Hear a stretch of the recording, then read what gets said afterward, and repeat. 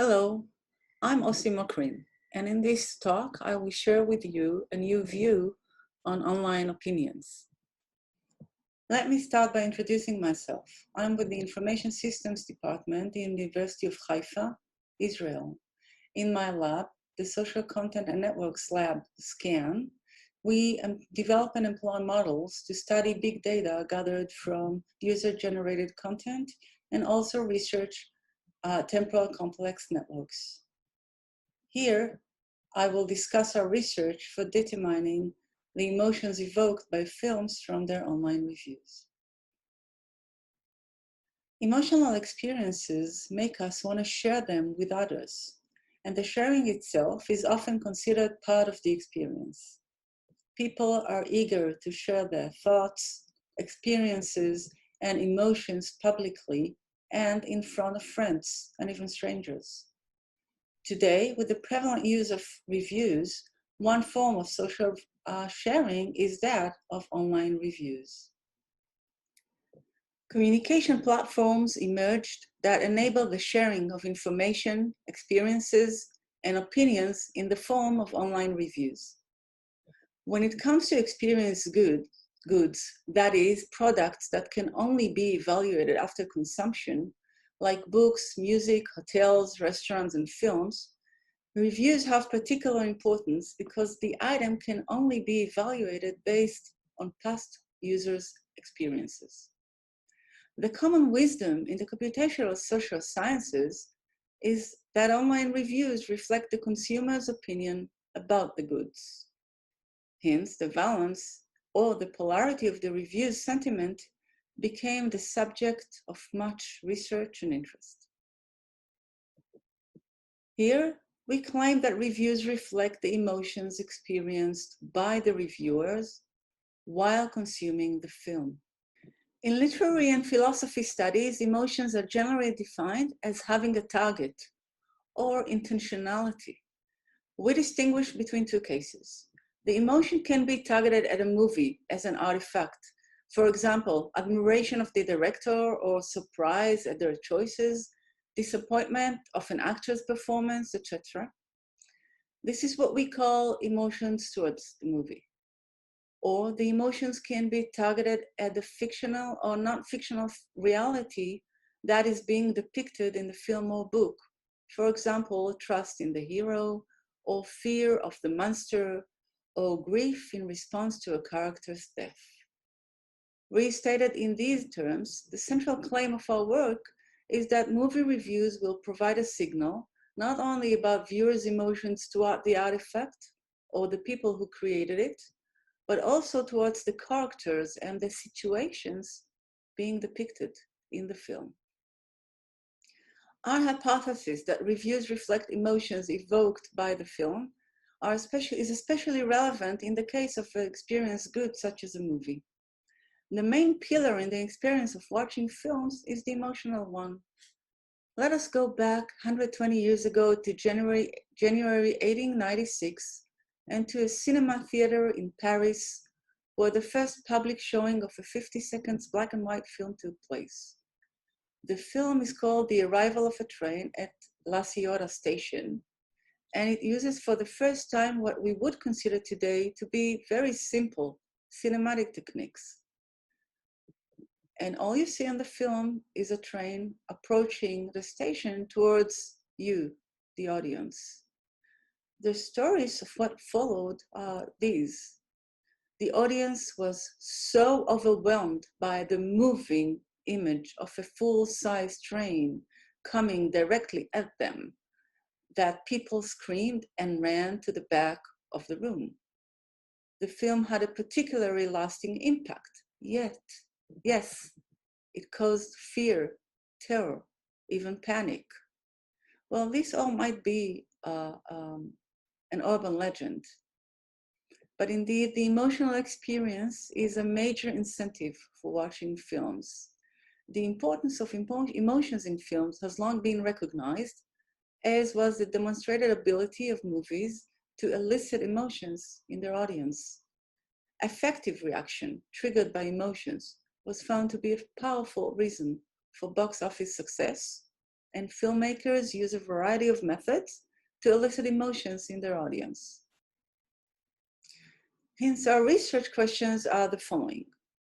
Do online reviews reflect people's emotional experience, the emotions that a movie evoked?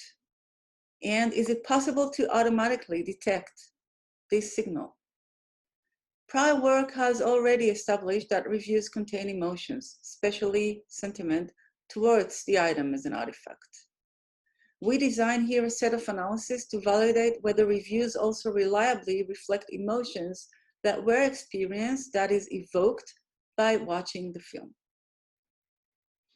For this study, we obtained a large dataset of 1.5 million reviews for 10,000 films from IMDB movie database site.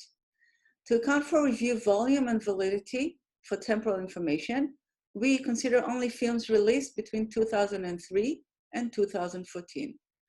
After data cleaning, our working dataset contained almost 3,000 films with at least 30 reviews each, to a total of over 700,000 reviews. Additional collected information contains the rating, genres, cast, synopsis, budget, and box office revenue, if exists. In the upper graph, you see the bin distribution of reviews per film in our working set. Over 1,000 films have between 30 and 100 reviews each. The distribution has a long tail, with over 100 films having over 1,000 reviews each.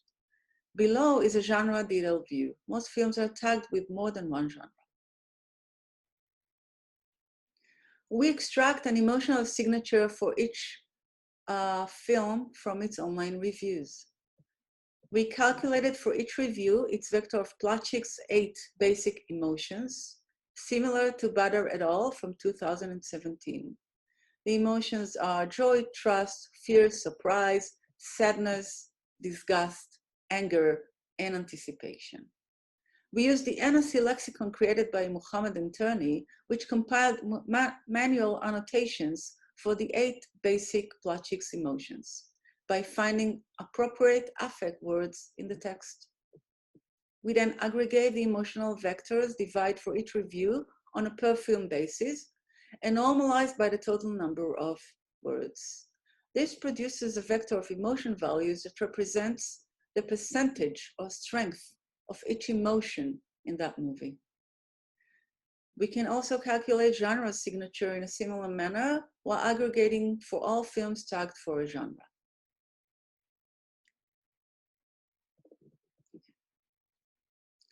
We see here a box plot of the distribution of emotions across all films in our dataset. The emotions have large variances, that is, differences between films. Even this simple result is an initial indication that we are measuring something. We continue to validate that the emotional signature indeed captures the film's evoked emotions.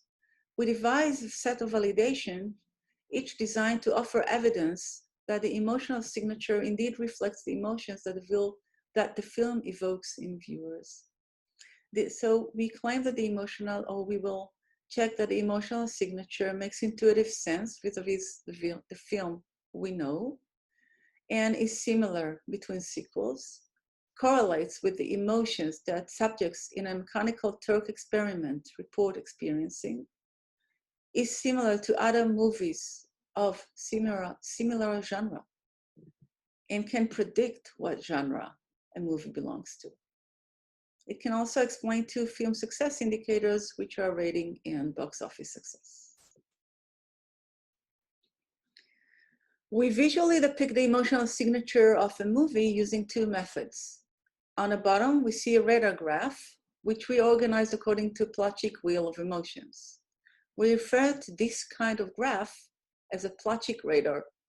It shows here the Plachik radar for 5 selected films from different genres.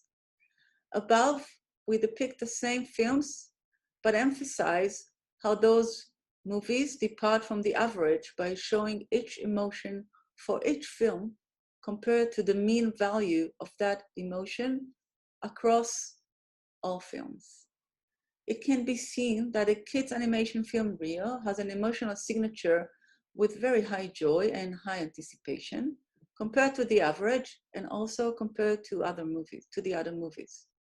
and very low negative emotions such as anger, disgust, or fear. On the other side of the scale is The Pianist, a movie about a Polish Jewish musician survival during World War II, which has the highest fear and sadness values among the five.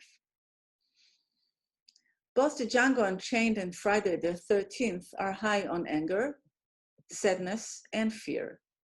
But Friday the 13th is also high on disgust and very low on joy compared to the average.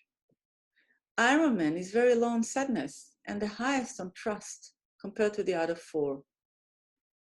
These kinds of data explorations, which we found to have intuitive and reasonable interpretations, provide basic, if indirect, evidence that our measure captures what we intend, namely emotions that each movie evokes in viewers.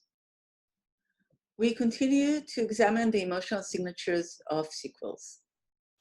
One prominent factor in the definition of a sequel is the idea of repetition and re-experiencing.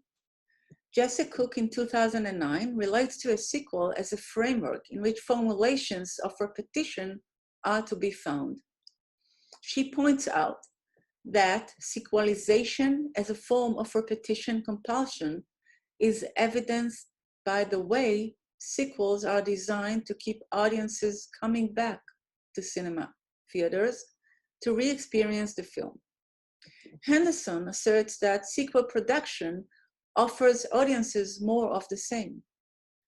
Based on the above, if our emotion vector really do measure what we claim, then sequels should exhibit mostly the same emotional signature as their base movie. To test this hypothesis, we looked at all sequels in our database. We found 50 sequels, ranging from 2 to 6 movies per sequel. We examined the distances between the emotional signatures. Given a base film and its follower in a sequel, the Euclidean distance between the sequel and the base is compared to the average distance of the sequel to other movies and to its genre movies. For all movies, results show that the sequel's emotion vector was significantly closer to the base film than to other films with high significance. Next, we continue to compare the distance of the emotional signature of the sequel to other films from the same genre. Again, the results are highly significant. In the table, we show the measures for 7 cases in which the sequel and its base film shared a single genre label. In summary, sequels' emotions vectors are much closer to the base film than to other films in the same genre. For the next step, in establishing that our measure reflects what we intend, namely the emotions that watching a movie evokes, we compare the emotional signature of 15 selected films with the explicit statements provided by survey participants regarding the emotions they experienced when viewing those films. This analysis demonstrates convergent validity, a significant step in establishing that a proposed measure captures what we intend. We ran our experiment using workers on Amazon's mechanical Turk to maintain high external validity. We selected 15 films from different genres. We included only films that had at least 100 reviews and were relatively well known, measured according to the total gross amount. Upon successful validation of the 2 questions, a worker was given an explanation regarding the emotions. The worker was then asked to rank each of the emotions for the movie he or she selected using a 7-point Likert scale from very low to very high. We analyzed the data as follows. First, we arranged the data into 2 long columns, with each row giving the emotion values for a single movie emotion pair according to both methods. The overall correlation between the 2 sets of numbers was 0.67 and was significant. Second, we analyzed each movie separately. Results are presented in the upper table. For 11 of the 15 movies, there was a significant correlation with only 8 numbers per correlation. Statistical significance is not easily obtained. We interpret this result as adding evidence that our vector captures something closely related to the emotions that a movie evokes. In terms of what might cause some movies to have a better correlation than others, it could be that MTURK data is noisier for some movies than for others. Indeed, we found that there is a correlation between how consistent the MTURK reports were for a given movie and the degree of correlation with our emotions vector. Third, reversing the orientation, we examined which emotions showed higher correlation between the two methods across the 15 films. Results are presented in the lower table. Fear was the emotion with the highest correlation over all films in the experiment set. Joy, disgust, and sadness exhibited good correlations. Anger, surprise, and trust correlated moderately, yet were not significant. Anticipation correlated insignificantly and negatively. We suspect that a reason for this might be the definition of anticipation and, to a lesser extent, trust, and their relation to the movies were not clear enough to participants in the survey. The analysis of genres is especially important. Our first analysis in the genre domain calculates genre averages for drama, horror, and comedy, considering only films that were assigned only that single label. Two observations accord with what we would expect. First, within each genre, the relative strength of different emotions make intuitive sense. Second, the total amount of emotion increases from comedy to drama, then horror. These two align with what we might expect. In a second analysis, we analyzed whether the emotion vectors were more alike within genres than between genres, as one would expect if the vectors reflect experienced emotions. For each of the three genres, we compare the average distance between two movies within the genre and between one movie from that genre and a second movie from a different genre. Results are shown in the lower table. It can be seen that the emotion vector behaves as expected. Finally, we wanted to do a bigger analysis that includes all movies, even though most belong to genre combination with only a tiny number of other films. To overcome this problem, we define a measure of genre similarity between two movies. For each film, we generate a vector of 21 dummy variables representing its binary assignment with regard to each of the 21 different solo genres. We define the genre similarity between two films as the inverse of the Hamming distance between two movies over their 21-bit vectors. We find that there is a highly significant correlation between the Hamming distance in genres and the Euclidean distance of emotions vectors. That is, the more different the two movies are in the genre label, the more different they are in their emotions vectors. Taken together, these analyses provide clear support for our hypothesis that the review's emotions words, at least partially, represent the emotions evoked by the movie. Here, we suggest to predict the genre of a film from the film's emotional signature.